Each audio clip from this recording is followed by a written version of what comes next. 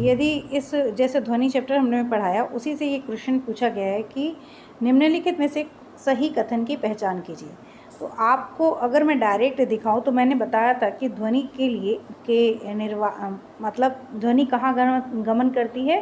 ध्वनि के गमन के लिए इसकी आवश्यकता होती है, माध्यम की आवश्यकता होती है, ये बताया था मैंने। और बताया था कि निर्वात में ध्वनि गमन नहीं करती है। यहाँ पे ऑप्शन नंबर 3 अगर आप देखिएगा तो यहाँ पे लिखा हुआ है ध्वनि निर्वात में गमन नहीं कर सकती। और यहाँ पे जो पूछा गया है वो क्या है कि सही कथन की पहचान कीजिए। तो अगर आप एनसीईआरटी पढ़ते हैं तो यही फ़ायदा होता है कि आपको आंसर क्या होता है पता होता है। आराम से देख के आप तुरंत पहचान जाएंगे ध्वनि निर्वात में गमन नहीं कर सकती है।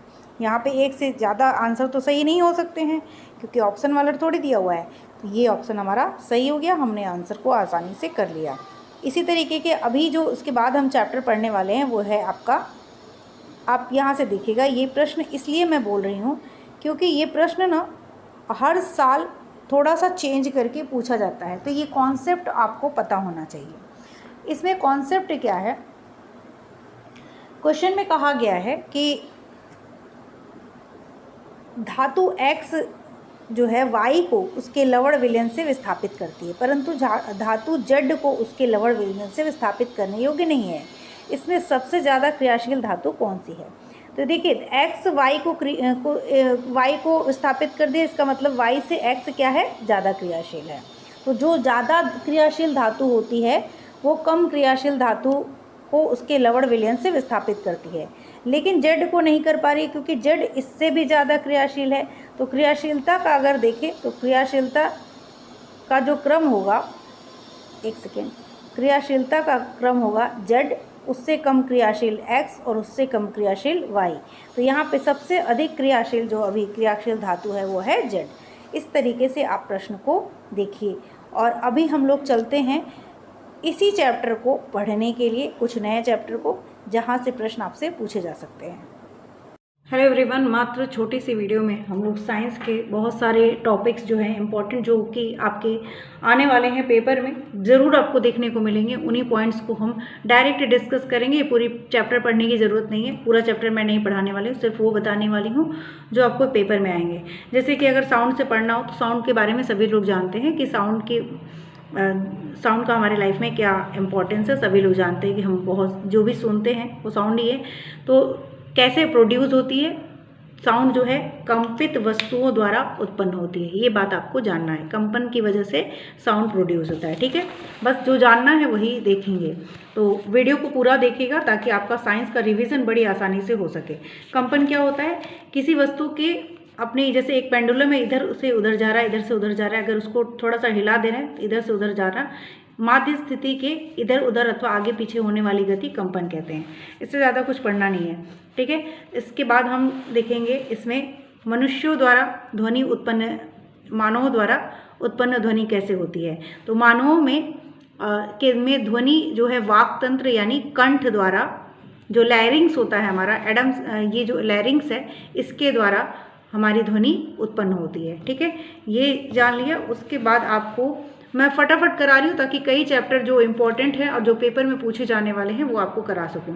पुरुषों में वाक तंतु यानी जो मैंने अभी दिखाया था लैरिंग्स, उसकी लगभग लंबाई 20 mm होती है। महिलाओं में लगभग 5 mm होते हैं।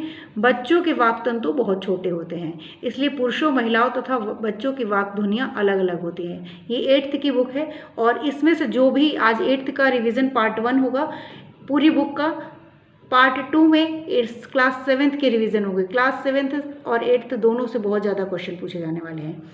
सारे क्वेश्चन एक्चुअली यहीं से आएंगे आपके साइंस के। तो ये आप लोगों ने जान लिया, थोड़ी स्पीड में पढ़ाऊंगी।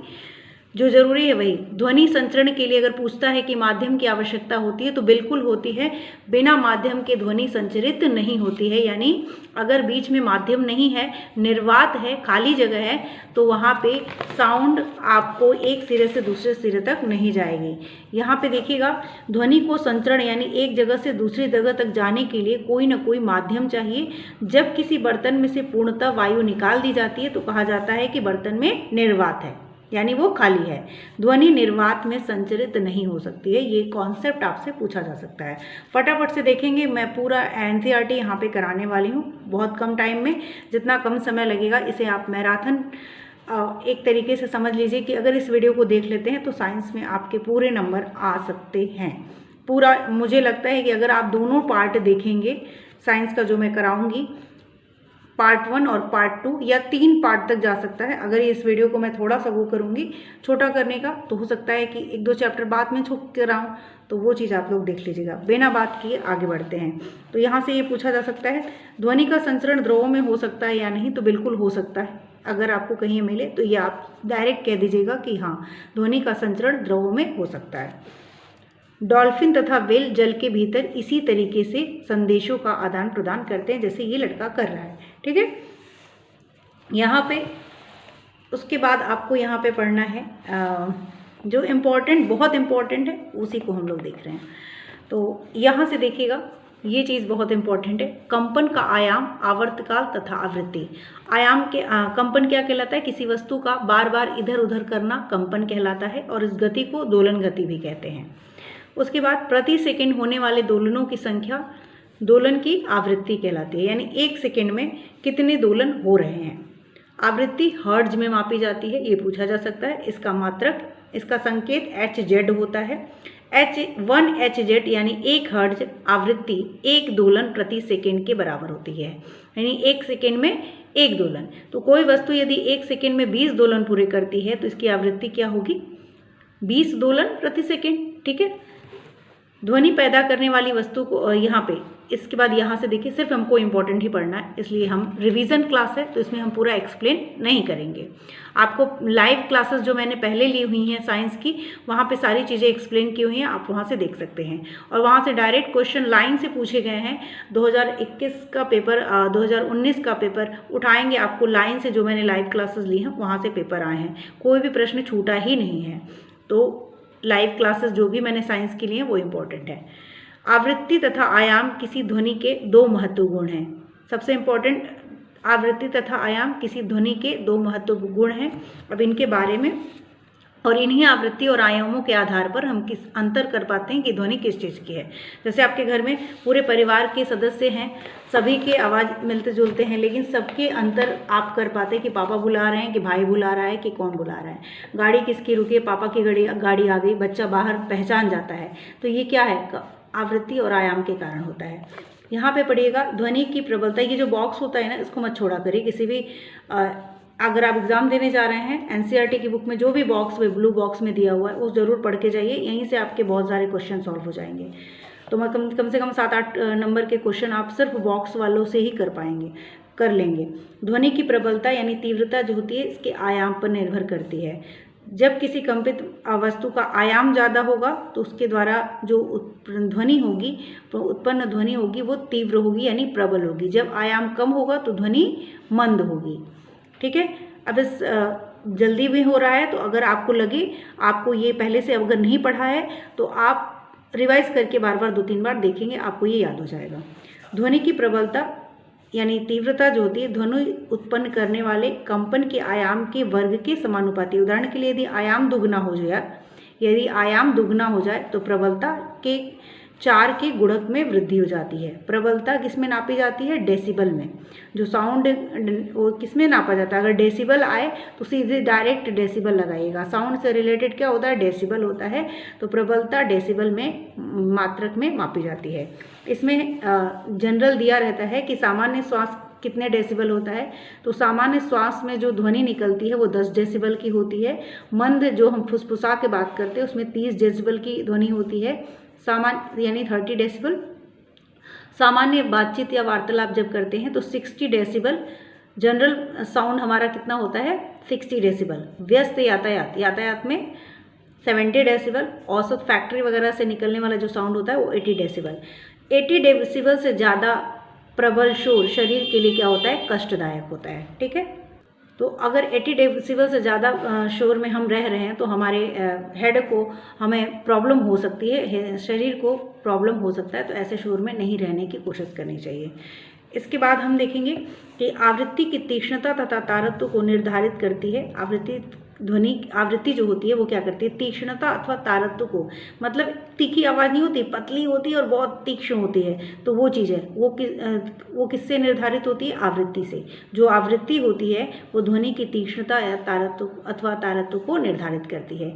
यदि कि कंपन की आवृत्ति ज़्यादा होगी तो हम कहते हैं कि ध्वनि ज़्यादा तीक्ष्ण, ज़्यादा पतली है, ठीक है। यदि कंपन की आवृत्ति कम है, आवृत्ति आपने बताया था प्रति सेकंड दोलनों की जो संख्या होती है वो क्या होती है, आवृत्ति होती है। और यदि आवृत्ति ज़्यादा है तो ध्वनि भी बहुत पतली और तीक्ष्ण होगी। यदि कंपन की आवृत्ति कम है तो हम कह सकते हैं कि ध्वनि का तारत्व भी कम है। उदाहरण स्वरूप अगर एग्जाम्पल समझे तो ढोल जो होता है मंद, उस ढोल की आवृत्ति जो होती है कम होती है, इसलिए वो थोड़ा मोटा बजता है, ठीक, कम तारत्व की ध्वनि उत्पन्न करता है। दूसरी तरफ जो सीटी होती है देखने में तो बहुत पतली होती है, छोटी सी है, लेकिन इसकी आवृत्ति बहुत ज़्यादा होती है, इसीलिए ये बहुत पतली और तीक्ष्ण ध्वनि यानी अधिक तारत्व की ध्वनि उत्पन्न करती है। पक्षी जो होते हैं उच्च तारत्व की ध्वनि उत्पन्न करते हैं, मोटी आवाज़ नहीं होती, इनकी पतली आवाज़ होती है। जबकि शेर की दहाड़ जो होती है का तारत्व मंद होता है, इसलिए वो थोड़ा भारी भरकम आवाज़ में बोलते हैं। तथापि शेर की दहाड़ अत्यधिक प्रबल तीव्र है, जबकि पक्षी की ध्वनि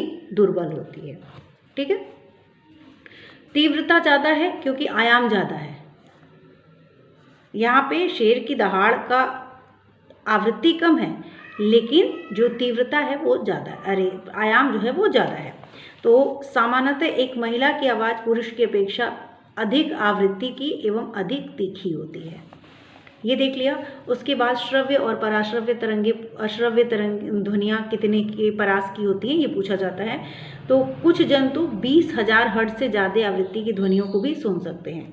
जो सामान्य मानव है वो 20,000 हर्ट्ज से ऊपर की ध्वनि नहीं सुन सकता है, लेकिन कुछ जंतु सुन सकते हैं। कुत्तों में यह क्षमता होती है, कुत्तों में जितना हम सुन सकते हैं उससे ज़्यादा यानी 20,000 हर्ट्ज से ज़्यादा की आवृत्ति की ध्वनियों को वो सुन सकते हैं। पुलिसकर्मी उच्च आवृत्ति की ध्वनि उत्पन्न करने वाली सीटियों का प्रयोग करते हैं, जिसे कुत्ते सुन सकते हैं परंतु मानव नहीं सुन पाते हैं।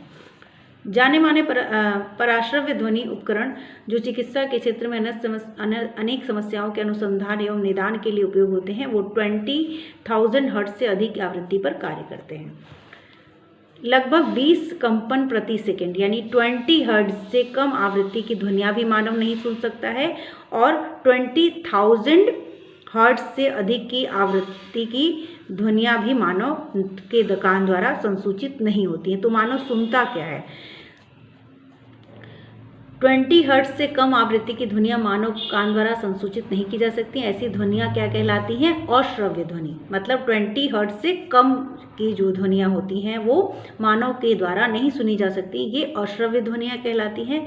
लगभग 20,000 कंपन प्रति सेकेंड यानी 20,000 हर्ट्ज से अधिक आवृत्ति की ध्वनियाँ भी मानव कान द्वारा नहीं संसूचित होती। इसलिए मानव कानों के लिए जो श्रव्य आवृत्ति का परास होता है वो 20 हर्ट्ज से लेके 20,000 हर्ट्ज के बीच का है। 20 हर्ट्ज से ऊपर और 20,000 हर्ट्ज से कम के बीच की जो है रेंज है उसी को मानव कान सुन सकता है। इसका तात्पर्य है कि हम केवल 20 हर्ट्ज से 20,000 हर्ट्ज के बीच की आवृत्ति वाली ध्वनियों को ही सुन सकते हैं, ये पूछा जा सकता है। उसके बाद शोर क्या होता है, जो ध्वनि हमें सुखद नहीं लगती, अच्छी नहीं लगती, वो शोर है हमारे लिए। और संगीत क्या है, जो ध्वनि हमें सुंदर लगती है, अच्छी लगती है सुनने में, वो क्या है, सुस्वर ध्वनि है, ठीक है, यानी वो संगीत है। शोर प्रदूषण क्या होता है, अवांछित ध्वनियाँ जिनको हम जो हमारे लिए प्रदूषण यानी हमें प्रॉब्लम होती है जिनसे, जैसे कि लाउड स्पीकर की आवाज़, पटाखे फूट रहे हैं, ये क्या है हमारे लिए प्रदूषण है। शोर प्रदूषण यानी नॉइज़ पॉल्यूशन है, ठीक है।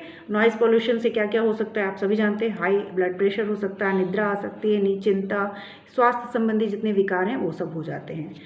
और इसके लिए क्या करना चाहिए, जो आपके उद्योग हैं उनको आवासीय क्षेत्र से दूर रखना चाहिए, हॉर्न का कम प्रयोग करना चाहिए, ये सारी बातें हैं।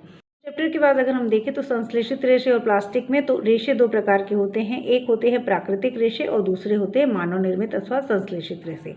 प्राकृतिक रेशे जो होते हैं जैसे कि ऊन, कपास, रेशम आदि जंतु अथवा पौधों से प्राप्त होते हैं। दूसरी तरफ जो संश्लेषित रेशे होते हैं वो मनुष्य द्वारा निर्मित किए जाते हैं, इसलिए ये मानव निर्मित अथवा संश्लेषित रेशे कहलाते हैं। जो इंपॉर्टेंट चीज़ें है उसको हम लोग फटाफट रिविजन करेंगे।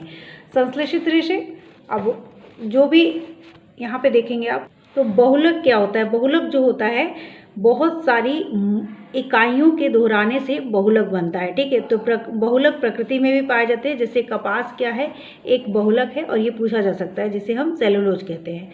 सेलुलोज बड़ी संख्या में ग्लूकोज इकाइयों से बना होता है। कई ग्लूकोज इकाइयाँ मिलकर क्या बनाती हैं? सेलुलोज बनाती हैं। संश्लेषित रेशों के प्रकार में आपसे रेयान के बारे में पूछा जाता है। रेयान जो है रेशम कीट से रेशम के बारे में जैसे आप जानते हैं कि रेशम कीट से प्राप्त किया जाता है और इसकी सर्वप्रथम खोज चीन में होती है। रेशम रेशे से निर्मित कपड़ा क्योंकि बहुत महंगा होता है, इसीलिए वैज्ञानिकों ने रेशम के समान गुणों वाले रेशे प्राप्त करने में सफलता हासिल की। इस तरह का रेशा जो होता है वो कास्ट लुगदी के रासायनिक उपचार से प्राप्त किया जाता है। इसी रेशे को हम क्या कहते हैं? कृत्रिम रेशम या रेयॉन कहा जाता है। और रेयान के बारे में ये प्रश्न पूछा जाता है कि क्या ये पूर्णतः संश्लेषित रेशा है? तो पूर्णतः संश्लेषित रेशा नहीं है, ये एक प्राकृतिक स्रोत कास्ट लुगदी से प्राप्त किया जाता है, लेकिन फिर भी यह एक मानव निर्मित रेशा है, ठीक है। उसके बाद नायलॉन एक अन्य मानव निर्मित अर्थात कृत्रिम रेशा है। इसे किसी प्राकृतिक कच्चे माल जैसे पौधे या जंतु का प्रयोग किए बिना बनाया गया है। इसका निर्माण कोयले, वायु और जल से किया जाता है, इसीलिए इसको क्या कहते हैं? प्रथम पूर्णतया संश्लेषित रेशा। रेयॉन पूर्णतया संश्लेषित रेशा नहीं है, क्योंकि उसको बनाने में प्राकृतिक कच्चे माल का यूज किया गया, जबकि नायलॉन को बनाने में ऐसा कोई यूज नहीं किया गया, इसलिए पूर्णतया संश्लेषित रेशा है, ठीक है।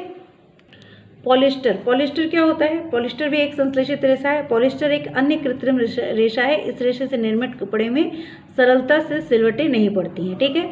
उसमें ये बात टेरिलिन के बारे में पूछा जाता है कि टेरिलिन क्या है? टेरिलिन भी एक बहुत अधिक लोकप्रिय पॉलिस्टर है, ठीक है। पेट जार क्या होते हैं? तो पेट एक बहुत सुपरिचित प्रकार का पॉलिस्टर है।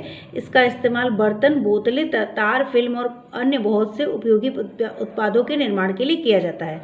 देखिए, बहुत जल्दी पढ़ा रही हूँ तो थोड़ा बहुत मिस्टेक हो जाए रीडिंग में, तो उसको वो करिएगा, क्योंकि पूरी बुक खत्म करने की कोशिश करनी है। एस्टर क्या होता है? पॉलिएस्टर में देखिए, वास्तव में पॉलिएस्टर क्या होता है? Poly plus ester. एस्टर एक रसायन है जिसे एस्टर कहते हैं कि कई एस्टर मिलके क्या बनाएंगे? पॉलिएस्टर बनाएंगे। तो पॉलिएस्टर एक रसायन है जिसे एस्टर कहते हैं कि इकाइयों की पुनरावृत्ति से बनता है। एस्टर वे रसायन होते हैं जो फलों को उनकी गंध प्रदान करते हैं, ठीक है। तो ये चीज़ थी। अब पूछा जाता है कि एक्रिलिक क्या है? तो ऊन के सदृश दिखाई देते हैं, अन्य प्रकार के संश्लेषित रेशे से बनाए जाते हैं, जिसे हम एक्रिलिक कहते हैं। सभी संश्लेषित रेशे पेट्रोलियम मूल के कच्चे माल जिसे पेट्रो रसायन कहते हैं से अलग अलग प्रक्रम द्वारा तैयार किया जाता है।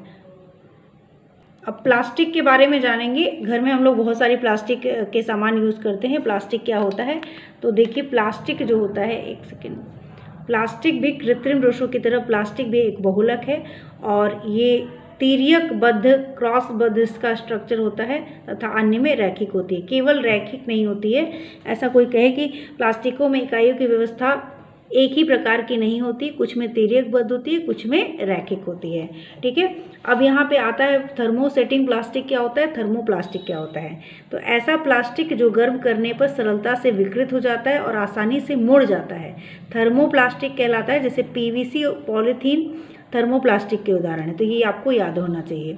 दूसरी तरफ ऐसा प्लास्टिक, कुछ प्लास्टिक ऐसे हैं जिन्हें एक बार सांचे में ढाल देने के बाद इन्हें ऊष्मा देकर नर्म नहीं किया जा सकता है, उन्हें थर्मोसेटिंग प्लास्टिक कहते हैं। उदाहरण के लिए मेलामाइन और बेकेलाइन। तो मेलामाइन और बेकेलाइट आपको ध्यान में रखना है कि मेलामाइन और बेकेलाइट क्या है, ये थर्मोसेटिंग प्लास्टिक है। इनको एक बार अगर सांचे में ढाल दिया गया तो ऊष्मा देकर भी गर्म नहीं किया जा सकता है, ठीक है। नरम करके कोई और चीज़ नहीं बनाई जा सकती है। मेलामाइन और बेकेलाइट कैसे हैं? Thermosetting plastic. बेकेलाइट विद्युत और ऊष्मा का कुचालक होता है। यह विभिन्न बर्तनों के हत्थे, बिजली के स्विच आदि बनाने के काम आता है। और जो मेलामाइन है, यह एक बहुउपयोगी पदार्थ है। यह आग का प्रतिरोधक होता है, ठीक है। तो आग का प्रतिरोधक होता है मेलामाइन, और बेकेलाइट जो होता है विद्युत और ऊष्मा का कुचालक होता है। ये बात आपको ध्यान रखनी ये भी इम्पॉर्टेंट है। माइक्रोवेव ओवन में भोजन पकाने के लिए विशिष्ट प्लास्टिक पात्र इस्तेमाल में लाए जाते हैं। माइक्रोवेव ओवन में ऊष्मा खाद्य पदार्थ जो वो खाना रहता है उसको पका देती है, लेकिन जिस बर्तन में रखा रहता है उसको नहीं पकाती। जिस प्लास्टिक पात्र में को किसी प्रकार से प्रभावित नहीं करती है। टेफ्लॉन क्या है? टेफ्लॉन एक विशेष प्रकार का प्लास्टिक है जिस पर जल और तेल चिपकता नहीं है। ये भोजन पकाने के बर्तनों पर न चिपकने वाली परत लगाने के काम आता है। अग्निशव प्लास्टिक क्या होता है? यद्यपि संश्लेषित रेशे जल्दी ही आग पकड़ लेते हैं, लेकिन यह जानना रोचक होगा कि आग बुझाने वाले जो कर्मचारी होते हैं उनके परिधानों पर मेलामाइन प्लास्टिक की परत का आवरण होता है, उसे अग्निरोधक बनाती है। ठीक है। उसके बाद जैव निम्नीकरण किसे कहते हैं? वे पदार्थ जो प्राकृतिक प्रक्रिया जैसे कि जीवाणु की क्रिया द्वारा अपघटित हो जाते हैं जैव निम्नीकरणीय कहलाते हैं। जो पदार्थ प्राकृतिक प्रक्रियाओं द्वारा आसानी से विघटित नहीं होते हैं जिसे जैव अनिम्नीकरणीय कहते हैं। ठीक है। तो हम लोग 4R थ्योरी देखेंगे। देखिए 4R का सिद्धांत का मतलब होता है रिड्यूस यानी इस्तेमाल कम कीजिए, पुनः यूज रीयूज, पुनः चक्रित कीजिए रिसाइकल, और पुनः प्राप्त कीजिए रिकवर। ये है आपका 4R सिद्धांत। ठीक है। धातुओं की क्रियाशीलता से मैंने आपको बताया था कि विस्थापन अभिक्रिया क्या होती है। एक अधिक अभिक्रियाशील जो धातु होती है, अधिक रिएक्टिव धातु, अधिक अभिक्रियाशील धातु कम अभिक्रियाशील धातु को उसके यौगिक के जलीय विलयन से विस्थापित कर देती है। लेकिन जो कम अभिक्रियाशील धातु होगी अधिक अभिक्रियाशील धातु को विस्थापित नहीं करती है। ठीक है। इसी कारण से जिंक, कॉपर और आयरन के बीच अधिक अभिक्रिया से कम अभिक्रियाशील धातु के जो है, आपको अगर क्रम पता है तो आप आसानी से बता देंगे कि कौन किसको विस्थापित कर सकता है। ठीक है। तो जिंक आयरन और कॉपर से अधिक अभिक्रियाशील धातु है, इसलिए जिंक, आयरन और कॉपर के जो जलीय विलयन से आयरन और कॉपर को क्या कर सकता है? विस्थापित कर सकता है। और इस पर आधारित प्रश्न हर साल लगभग हर साल और इस साल भी जरूर पूछा जाएगा। अगर हर साल पूछा जाता है तो इस साल भी पूछा जाएगा किसी न किसी फॉर्म में। तो ध्यान रखिएगा, अधिक अभिक्रियाशील धातु कम अभिक्रियाशील धातु को उसके यौगिक के जलीय विलयन से विस्थापित कर सकती है, लेकिन जो कम अभिक्रियाशील धातु है अधिक अभिक्रियाशील धातु को विस्थापित नहीं कर सकती है। एक और प्रश्न पूछा जाता है, देखिए मैं बहुत शॉर्ट में करा रही हूँ, रिवीजन है ये, तो अगर आप लोगों को ये रिवीजन पसंद आएगा तो मैं आगे की रिवीजन और क्लासेस लूँगी। यहाँ पे एड्रेनल ग्रंथि ऐसे हार्मोन्स मोचित करती है जो रुधिर में नमक की मात्रा को संतुलित करते हैं। एड्रेनलिन नामक हार्मोन का स्रावण भी करती है। एड्रेनलिन जो होती है चिंता, क्रोध एवं उत्तेजना की अवस्था में तनाव एवं संयोजन का कार्य भी करता है।